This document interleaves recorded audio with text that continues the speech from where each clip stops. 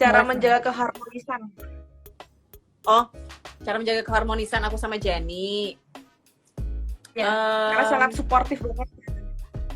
Ya, jadi gini, kalau kebetulan sih aku juga memang waktu punya Ajani kan umurku tuh masih cukup muda ya. Jadi waktu itu usiaku tuh 24 tahun. Jadi memang bisa dikatakan aku tuh punya Jani tuh dalam usia cukup muda.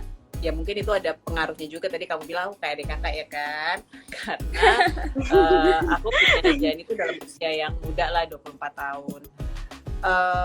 Somehow mungkin apa ya, kayaknya dari kecil tuh kita sering ngobrol aja gitu. Komunikasi itu penting, apalagi menjelang Jani ABG gitu.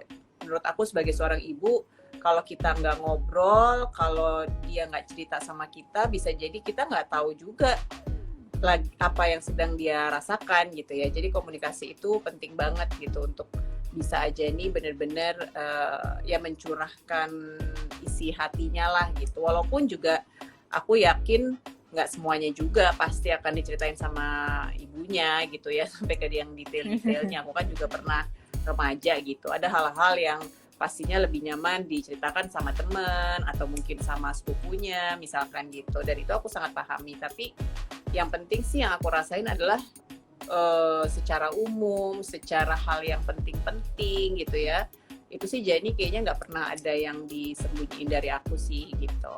Tapi kalau untuk yang detailnya banget ya mana tahu lah, aku kan juga ibu juga manusia ya gitu. Nggak tahu juga.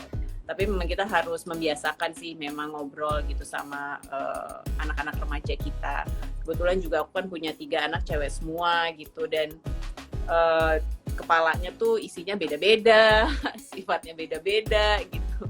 Jadi buat aku sebagai seorang ibu juga tantangan sih sebenarnya ya.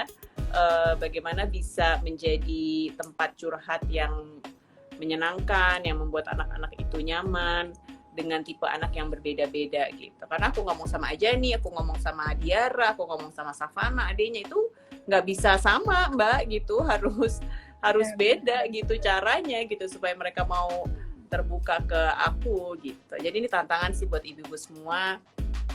Dan nggak mudah juga ya Mams punya anak yang menjelang remaja gitu, apalagi kalau ABG yang lagi angot-angotnya kayak umur-umur 14, 13, 14, 15, wah tuh lagi angot banget. Kalau udah segede Jani sih udah enak lah ngobrolnya gitu, udah mature banget.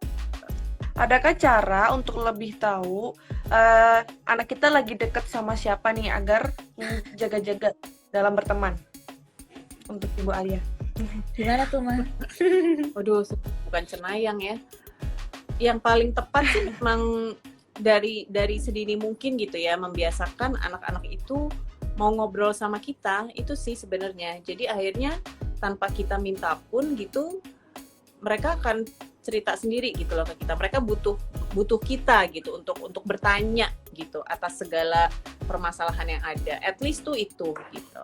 Jadi walaupun pada akhirnya mereka mungkin punya cara sendiri untuk menyelesaikan masalah, tapi sedikit banyak mereka nanya sama kita gitu. Jadi membiasakan sedini mungkin anak-anak supaya mau berkomunikasi dengan kita, nyaman untuk bercerita pada kita. Nah kalau aku pribadi tuh ada keuntungannya juga. Jadi waktu Jani SMP, SMA tuh aku kebetulan juga ibu PWMG ya.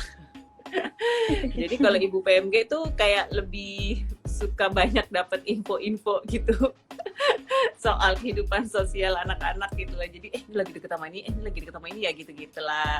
Ya udah jadi ini gosipin anak ya ceritanya. Nggak gosipin sih.